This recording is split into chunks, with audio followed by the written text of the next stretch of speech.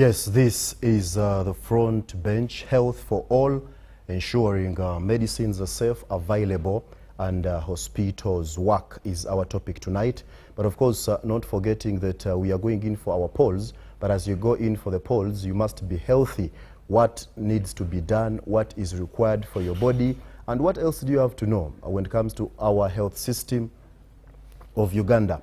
These are questions I'm going to be putting down to the authorities from the Ministry of Health, and I'm glad that the PS has also arrived. Dr. Diana Atwine, I do have her in the building, and she will be saying a word, one or two. But to start with, maybe to also remind you, we are live on our different radio program platforms. You're free to tune in to those radios, our YouTube as well, but also our X to be part of the show, and using that hashtag UBC Frontbench. And let me start with a Director, Inspectorate and Enforcement, but also the Chief Inspector of Drugs, Dr. Dennis Mwesigwa William.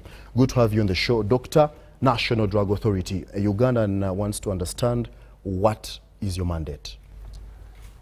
Thank you for that question. Now, National Drug Authority is that organization that is supposed to ensure availability of, at all times, of essential, efficacious, and cost-effective drugs to the population of Uganda. In fact, what we stand for is to ensure that the medicines that are on the market are of good quality. That is the gist of the matter, why we stand for. All right. How best, Doctor, do you ensure that we do have effective medicine, but also it is ready on the market to be consumable by the patients, by the Ugandans, by whoever has a right to consume that? A lot of cost-effective measures are put in place. For us, when you look at the medicine in the pharmacy, a lot has been done from behind. We make sure that we inspect the manufacturer. The manufacturer that makes medicine is not a briefcase manufacturer. He must be inspected, stand up, and practice what we call good manufacturing practices. So anybody who sells medicine in this country, we visit that manufacturing facility and ensure that the standards are met, and they are those of international requirements.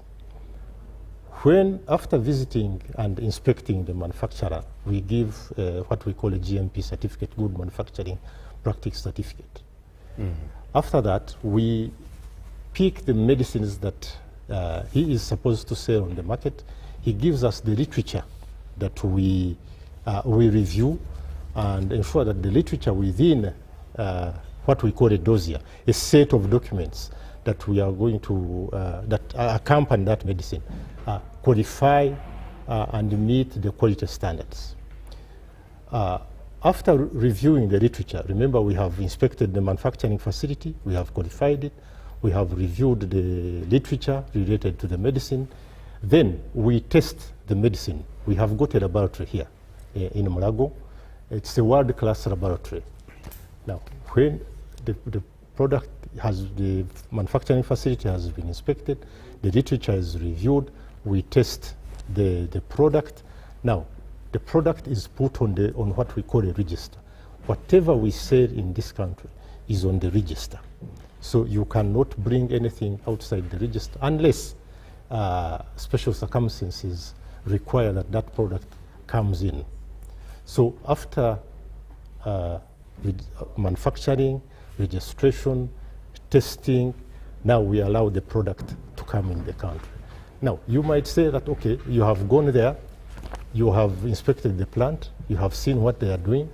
Now, somebody might change the standards. We have got our staff who are on the borders to ensure that whatever comes in satisfies the international requirements, and it is coming from the facility we inspected. So you cannot divert that pathway. You must go back to we must ensure that the manufacturer who has manufactured that drug is the one selling the products in Uganda. Doctor, talking about the manufacturers, the quality, what happens and what should Uganda know about being safe and effective when it comes to drugs? I want to assure everybody now listening and watching that whatever comes in legally and sold through licensed pharmacies and drug shops and health units is of good quality. Now, when the product is on the market, we do what we call post-market surveillance. Now, this is a procedure where we follow what we had already approved earlier. Now, we follow this product in all the outlets, and we pick it, and again we test it to ensure that what we allowed in first is still the same product that is circulating on the market. Now, that is one angle. We also we have what we call pharmacovigilance. We follow the product up to the patient level to ensure that whatever he is taking is safe, there are no side effects. If the side effects are there, they are expected.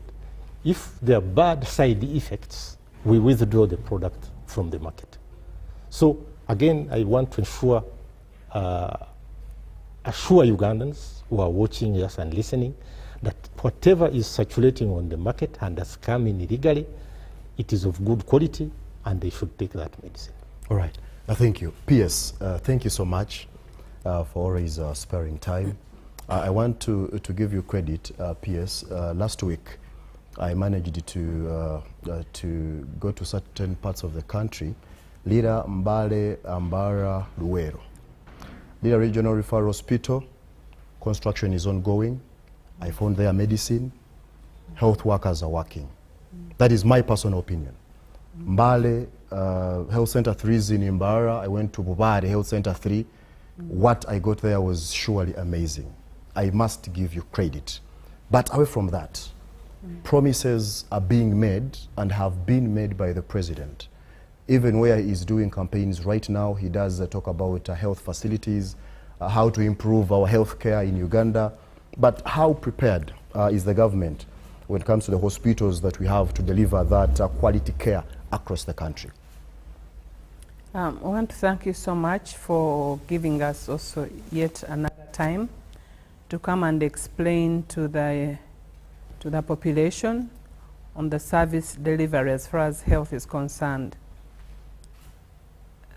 Our mission, our vision, our strategic objectives are all geared to ensuring that we have a healthy population. And a healthy population that must be receiving accessible, available services of quality. So when we talk about quality services, we are talking about all the components of services being accessible at facility levels, right from the lowest to the from the health center 2s to 3 to 4 general hospital, regional referral hospital, to the national referral hospital and specialized entities. So what we are doing right now is to make sure that we continue to perfect service delivery. It is a journey. It's not a one-off. It's not a 1 year. I mean, service delivery in health is continuous because people will continue coming to facilities at all levels. But what we are trying to do right now is to focus on human resource, because we know that you can have equipment, you can have buildings, you can have all those things that government is investing in. But if we don't have quality human resource, sufficient, here I'm talking about the numbers, and also the right workforce in our facilities, it will not be able to provide quality health services. Why am I talking about the human resource as the first, like where we want to put our emphasis? We know that when our facilities get overwhelmed by numbers. One of the indicator that measures quality is the waiting time. If I come and I'm sick and I have to wait for so long to be attended to, that's not quality services. If I come and I am supposed to be given, or I'm supposed to be seen by the most senior personnel in the facility, and I'm not able, and I am seen by maybe a very junior person, that's not quality. If I come and the time taken to see the patient, if I'm a patient, I come, maybe I'm in labor, and I take so long to be worked on, it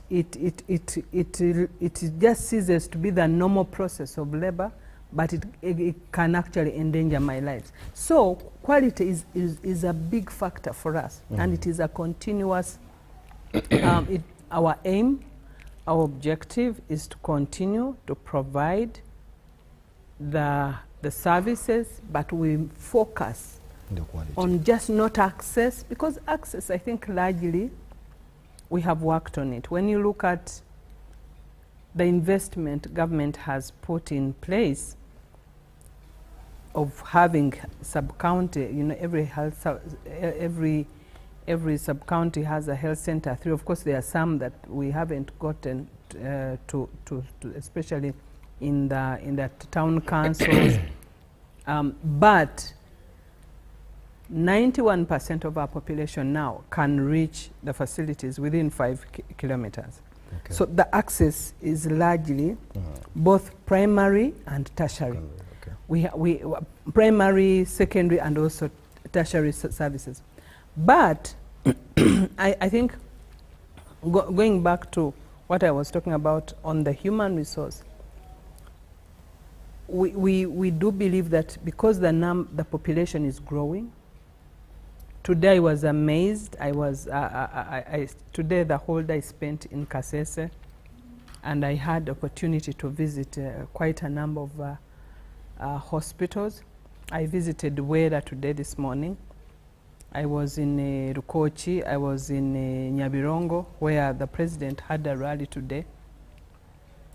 The numbers are overwhelming. The numbers are simply overwhelming.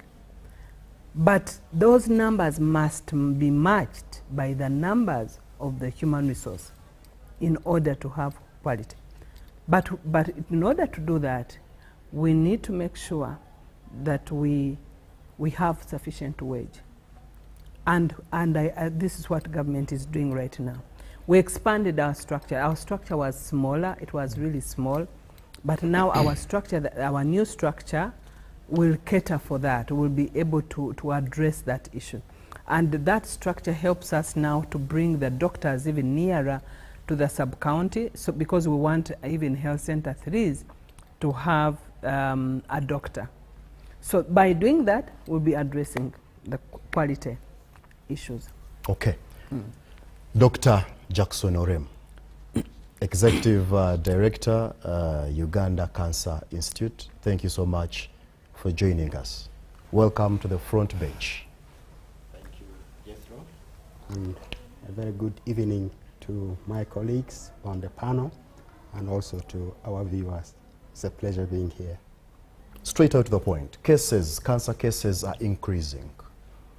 What could be the factors that are contributing to this increase, and what mitigation is there for us, for Ugandans to understand, to know how best this can be prevented? Thank you very much. I think that is really a very good question to start with. As you know very well, non-communicable diseases, of which cancer is, I would say, foremost, has for a very long time not been at the focus of our health, I would say, interventions. It is just recently that it has come to the attention of our health system that these are actually some of the major problems that is going to be affecting our population now and for the future. So to the question that you're asking about cancer, what are the factors that may be responsible for the apparent increase in numbers? In the first place, I think there is a lot of changes that is taking place in terms of our population.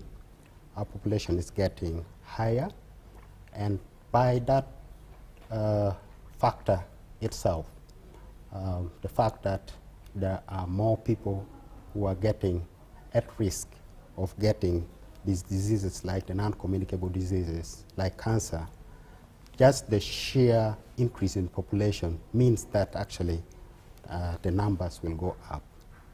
But in addition to that, there are also factors that we call risk factors that are responsible for some of these diseases. And these risk factors, we can categorize them in a number of ways. Number one are risk factors that are related to lifestyle, the way we live, the way we eat, for instance, what we do. There has been a lot of changes in that. And as you know very well, things like diet, things like tobacco, alcohol are actually, I would say, contributing quite a bit to this. In addition to that, we also have other factors that are actually there in our community, like infections, that are contributing quite a big proportion of the increase that we are seeing. A good example are infections like, for instance, viruses, and a number of viruses are actually linked to cancers, and these have increased in the population. I should also mention HIV as being a major factor. Up to 30% of cancer cases are actually related to that. And as you know, we are actually doing quite a bit in that sphere in terms of preventing HIV, but those who are living with HIV are more prone to development of cancers. In addition to that, also there are, I would say, factors related to what we do for survival, industrial factors, for instance, that may not be seen at this point as being risk factors for development of cancers. But as you know, we are getting more industrialized. There are issues like, for instance, fumes, smokes, and all that. Those are all risk factors for development of cancer. So looking in a nutshell, we can say that actually there are many factors that are contributing to the increase in cancers that we have in the population. But the most important question is what you ask about what is being done in preventing as well as managing cancers. We can put it in three categories. The number one is actually in the area of prevention. What are we doing? The first defense against any problem in a society is awareness. We need to create awareness among our population. About 10 years ago, awareness about cancer was very minimal. Actually, I would put it at only about 3% of our population were knowledgeable about cancers. But there has been a concerted effort of creating awareness among our population to the extent that as I speak now, the awareness has increased up to about 20%. So at least now 20% of our population, they are aware about cancers, and they are also aware about some of the risk factors that I've spoken about. So to me, that is a big boost in as far as already trying to mitigate the issue is concerned. Then number two is also trying to make sure that our population access, I would say, measures like, for instance, healthcare in terms of trying to test for some of the cancers. I have to inform you that some of the cancers can actually be detected quite early, and it takes the population to access services that can provide some of these functions. And I would say that that has also gone up quite a bit in the country.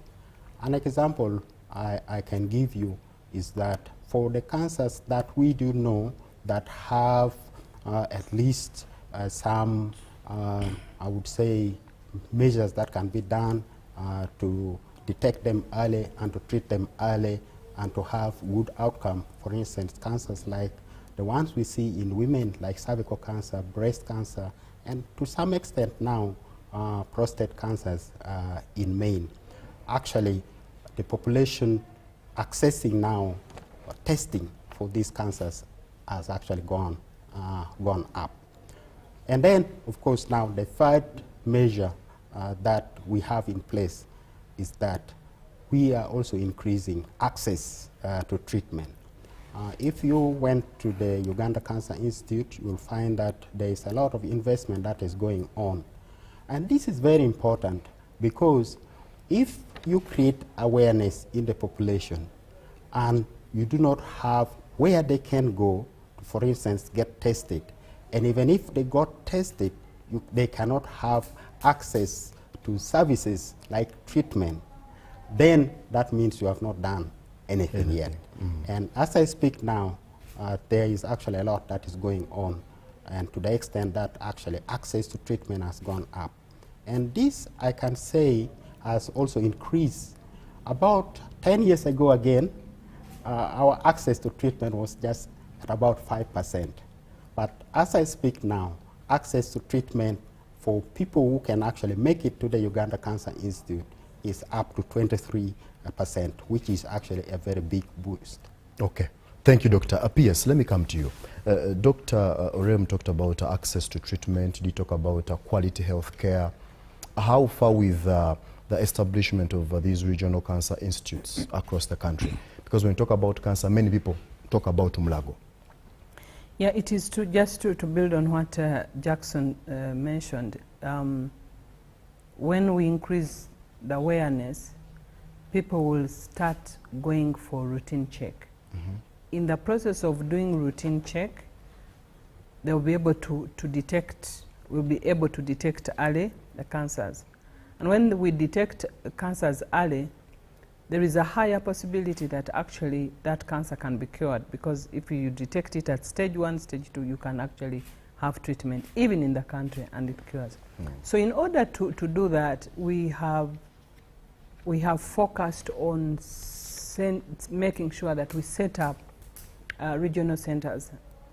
The pace has been slow because of financing, but Gulu Regional Cancer Center is operational, is fully operational.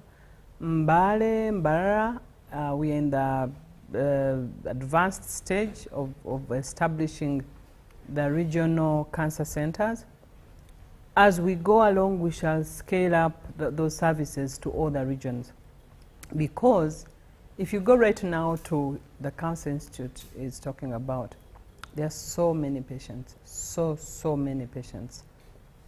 And it is overwhelming in a way that even the workers themselves are overworked, yet they are not sufficient at the moment. And that's why really we've been advocating for additional resources to hire more resources. If we regionalize those centers and people stay there, it will, first of all, it will decongest, but also it will give opportunity the regional centers to make sure that they focus on prevention, early detection, and treatment. And by doing that, we believe that we'll be able to scale up the care from what he's talking about, the percentage, to higher because of increased access, but also increased awareness. Yeah. Before you go for the break, PS, you did talk about scaling up the awareness, so many patients at UCI. What happens to the Ugandans we do see on the road? I don't know if you've come across them. I have seen them here in Kampala, those I don't know if that is the right definition I'm going to use, you will correct me. Some with swollen eyes, others with swollen heads, others with swollen legs. They're like beggars on the streets here. Where do those people belong? Aren't they supposed to be in our government hospitals? They are supposed to be in government facilities, and when they come, you know, nobody can capture someone by force and take the person to the hospital. But those that come to our hospital get actually treated. But I think the ones that you have seen, they may not necessarily be having cancers. There are so many other conditions. I think he's just talking about like hydrocephalus, you know, like there these. That's why I wanted you to correct him. I do not know. No, it's not.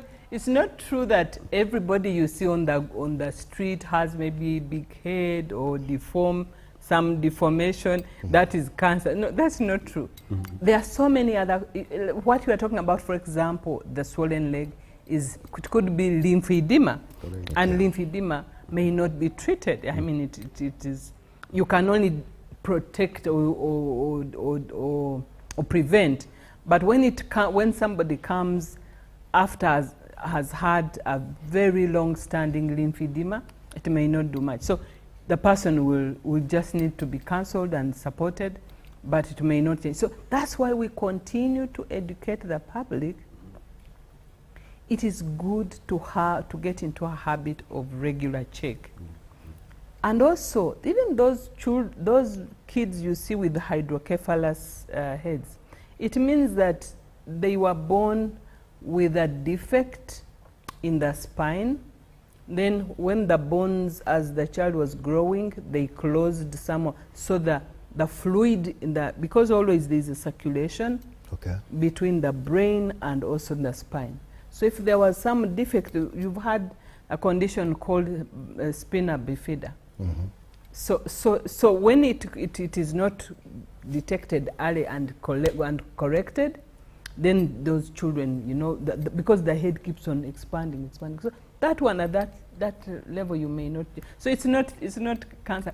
But everyone, I just want to say that everyone who is sick, who needs care, and comes to us, those people are treated. Actually, there is even this notion of, oh, you know, if you don't have money, you cannot be treated. No. Nobody is turned away in our hospitals. We have private services, because those private services, some people prefer to go to those private because it's less congested, and they pay and they get their services. But also we are able to generate NTR or non-tax revenue that can help us to service those machines, because those machines are extremely expensive to maintain.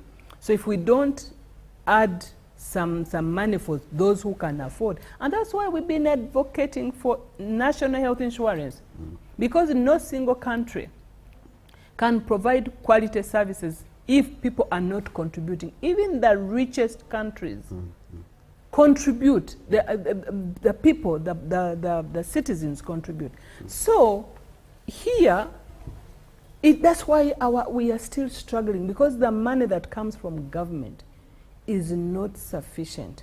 Okay. And so, but we have that window that if you cannot afford, there is a mechanism in our hospital where be self-reliant. we do compassionate, we call it or waiver. There is a committee in the hospital that looks at you and say, oh, this one you cannot afford. They waive and they give you the services. You don't have to pay.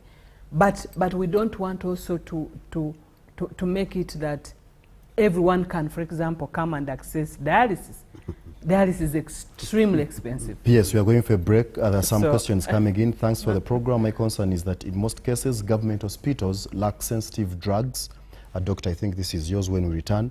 My concern is that in most cases, for him it's quality. Availability. Okay. It is us for availability of medicines in hospitals. Very good. The concern is most cases, government hospitals lack sensitive drugs, and such drugs are sold expensively from private clinics. How can you assure Ugandans of the availability of drugs in government hospitals? We This can is answer Gabriel that. from Iganga. It's okay, hold on, PS, a minute.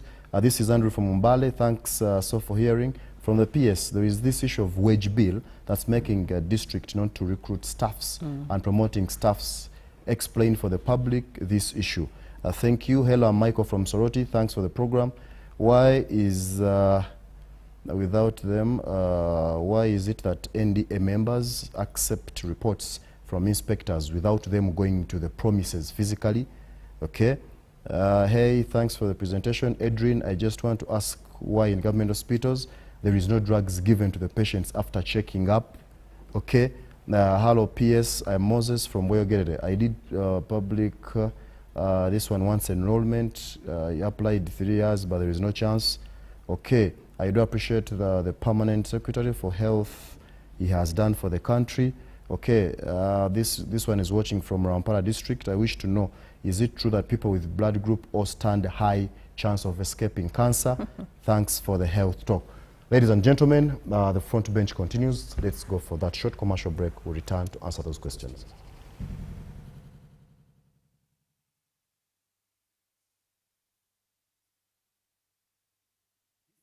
Announcement from Karamoja Women Peace Forum. Please remember to check your registration. Talk to your friends and neighbors. On election day, Thursday 15th January 2026, turn in large numbers and make your voice heard by casting your vote. We have a candidate, a presidential candidate, Yoweri Kaguta Museveni, on the NRM ticket, who believes in the possibility of leadership rooted in principle and in a future built on a clear vision for a peaceful and prosperous Uganda. Vote Yoweri Kaguta Museveni. Vote wealth, vote development, vote peace and stability as we protect our gains.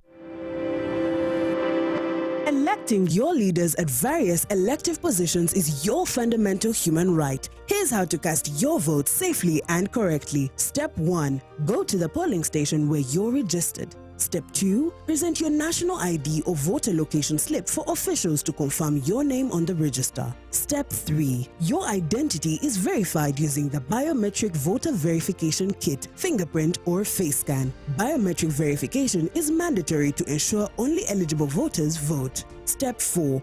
Your ballot is scanned and issued to guarantee it's valid. Step 5. Mark your choice in secret, cast your ballot and get inked. Polling runs from 7 a.m. to 4 p.m. Your identity protected, your vote secure. Turn up and vote. My vote, my voice.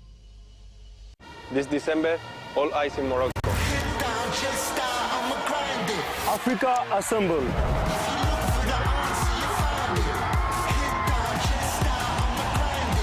All dreams are heading one way. All passion, all fire. Because here we play different.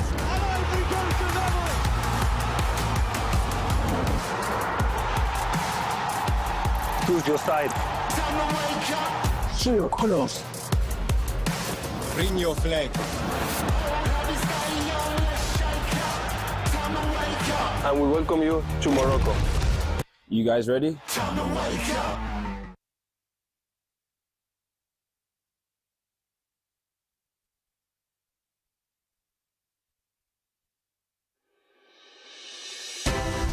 I don't settle for the surface. I go deeper. At UBC News Tonight, we unpack the story behind the story. We don't chase for views. We pursue facts. The election, the economy, the promises made, and those kept. We ask, we check, we verify. Because the truth should never be a mystery.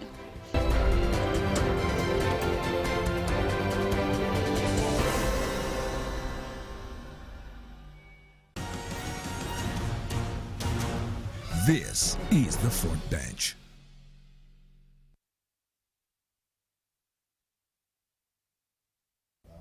I want to start with you. I did sample out some questions. You're going to answer some of those, but also you talk about the counterfeit and the substandard drugs in Uganda, but also how can an ordinary Ugandan verify that medicine they are buying is genuine? Now, efforts have been made by us as the National Drug Authority to ensure that whatever is on the market is of good quality. I've talked about the quality assurance measures. Yeah. Those quality assurance measures ensure that we don't get counterfeits.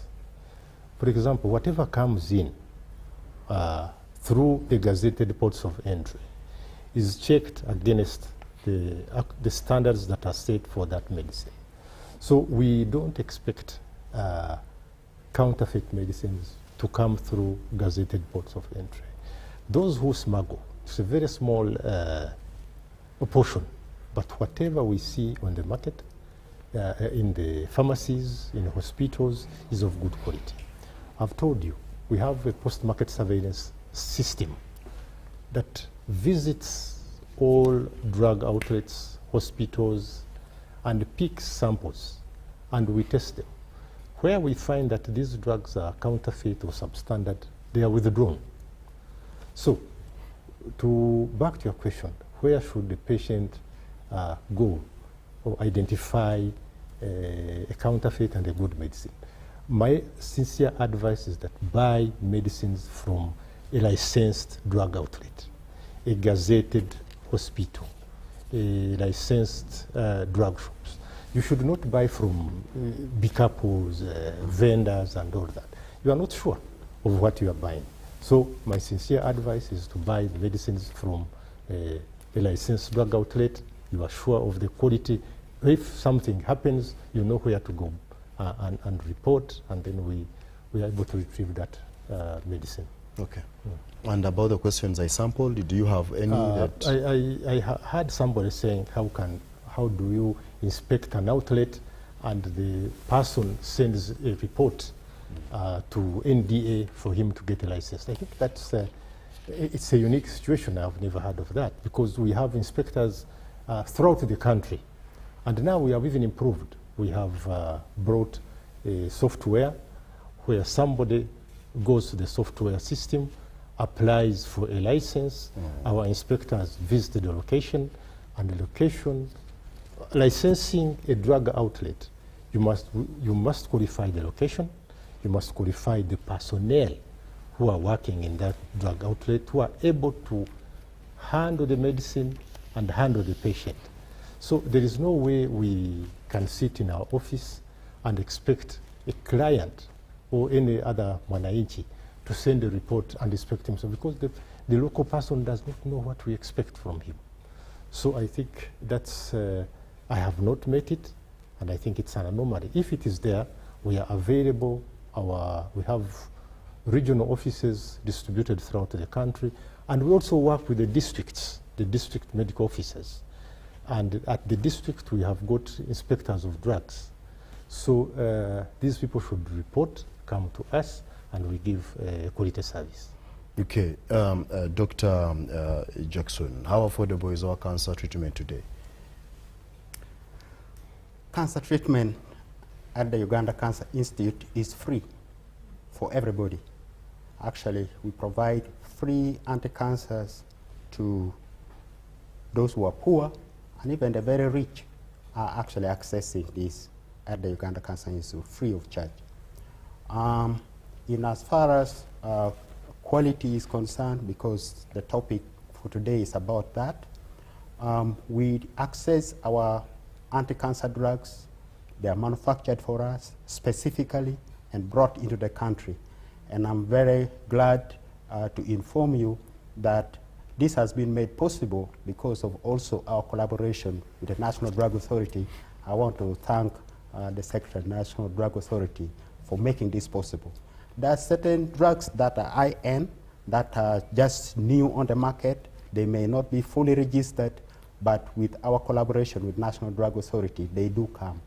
I'm saying this so that you know that actually we do have a whole range of anti-cancers at the Uganda Cancer Institute that is being accessed by our patients, and they are being given free.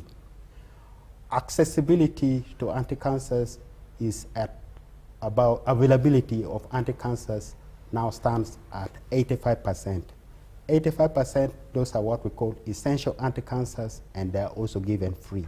The 15% are The newer molecules that are just coming, they are fairly very expensive, but even that one, the government of Uganda is actually making it available for those particular individuals or patients that really, really need them. So there is no need for us to have our patients going outside of the country to access anti-cancers on account of cost. Looking at the advancement in technology, do we have all that it takes to ensure that we fight this disease? Well, that's a very good point. What I can say is that even the most advanced countries in the world, they cannot actually provide cancer treatment 100% to their population. So that means Uganda is no exception. There is a small population, a small proportion of people that may not actually access treatment within the country, and those ones can be referred outside of the country. But the vast majority of our patients, we can actually now treat them because we do have the equipment, we do have the personnel, and as I've just said, we do have the drugs for treating our patients. Having said all that, doctor, what is that one thing a Ugandan should know about Uganda Cancer Institute? Why am I giving you an open window? There is something I might have left out that you need to talk to, that a Ugandan should know about cancer. The first thing that people should know about cancer is that cancer is a treatable disease like any other disease. Okay. Cancer is not a death sentence because cancer can be treated with 3 main outcomes. 30% of cancers can be cured, 40% can be controlled, and 40% can be palliated. That means roughly about 100% we can actually treat cancer. And I want to emphasize this, we can treat it within Uganda. Wow, that is a good one. PS, kindly, you did hear some questions, I did sample out, but I also understand that you as a technical person, you have something you'd wish to top up on what Dr. Jackson has said, but also Dr. Dennis here. Let me start with what you asked, I think the people who sent the messages. The wage is simply the money to pay workers. And when we are budgeting, normally we have the budget, we want to recruit so many people, because we can't just recruit people without paying salary. So here we are talking about salary to pay the people that are hired. So when we don't have sufficient resources, then we don't hire. And this is what we are working on with the Ministry of Public Service and Finance to ensure that we continuously getting more wage so that we hire more people, including those ones that have been coming to our inbox and on Twitter space, and they are asking for jobs, and you say you must hire us. We cannot hire until we have the money to pay you. Otherwise, then we'll call you expensive. There are medicines that are expensive. For example, cancer medicines, cancer treatment is extremely expensive. And I give credit to Cancer Institute to say that they are able to treat even 80%. In developed countries, people contribute through insurance to get treated, because cancer treatment is extremely expensive. Those medicines are very expensive.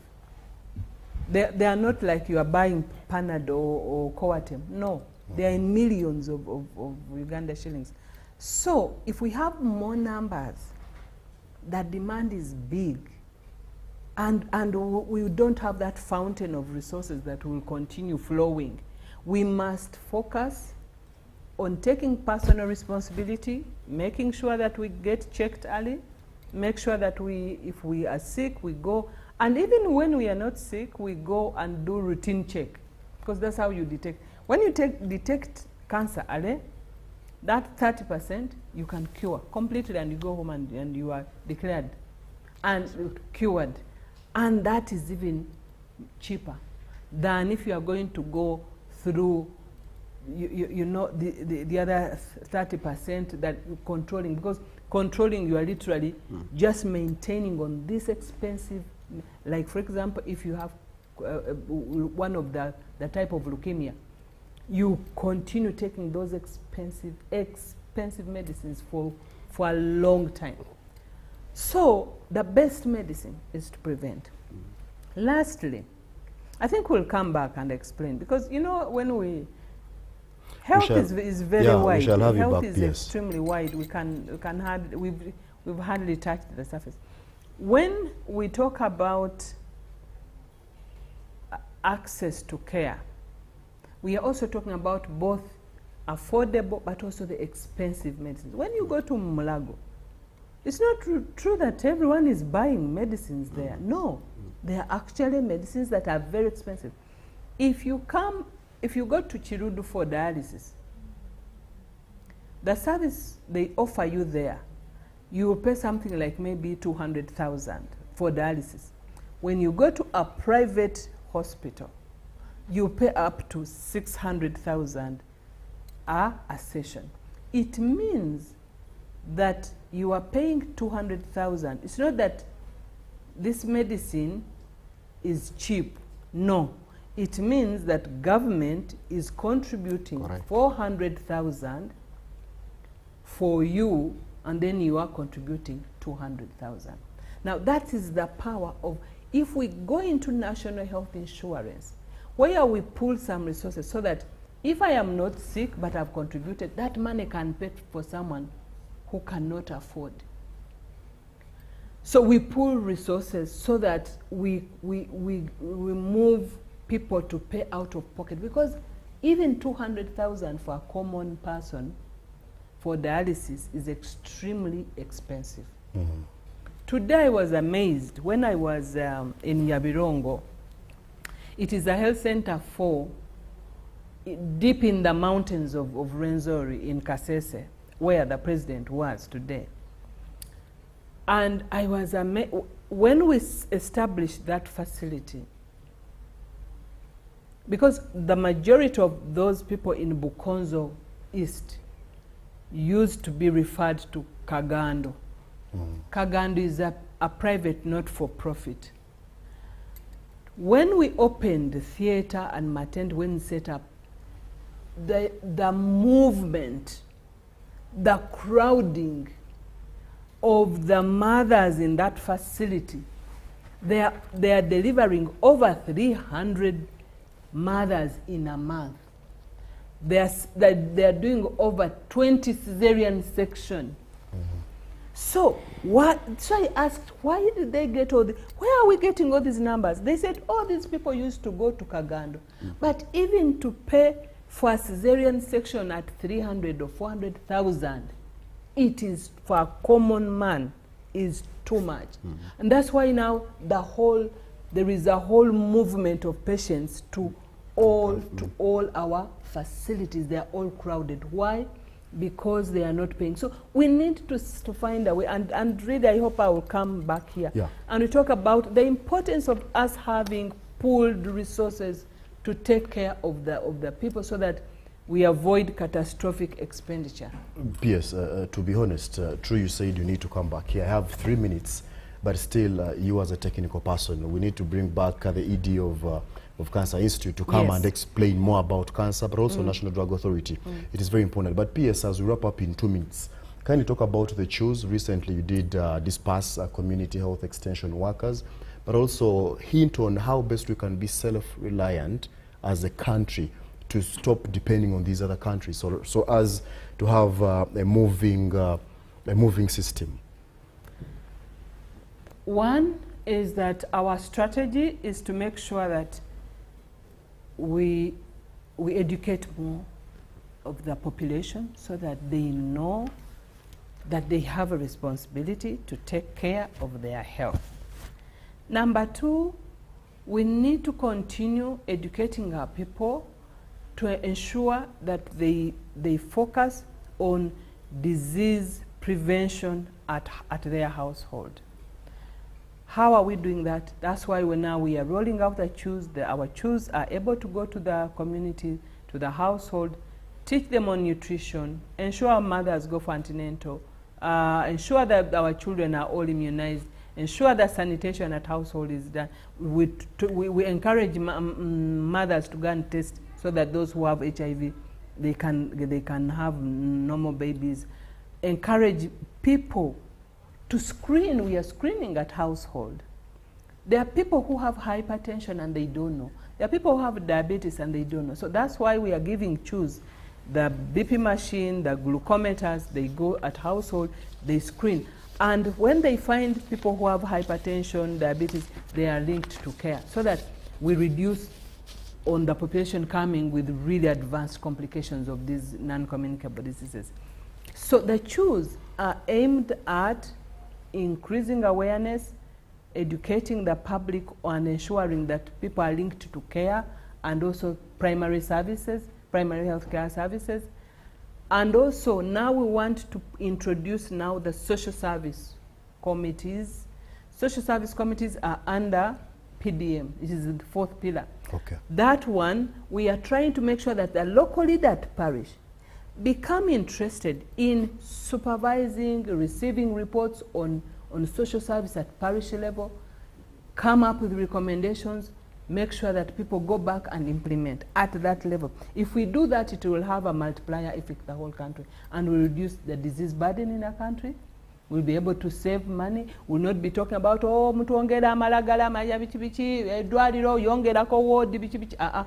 We reduce and we make sure that we save that money so that it does more sophisticated things. The last thing on independence, on how do we build a sustainable, self-sustaining, we are getting there. I want to say that in the next 5 years, Uganda will be able to meet her own needs. That is our target. Okay. And by doing that, we are trying to reduce many people who are sick so that people are more productive, because we want to get to first world. This is our vision. We want to get to first world. How do we get to first world when we have disease population? No. So everyone must be healthy, must be productive, must contribute to economy's growth, so that then we reduce on this mujuzo all over the place. Yes.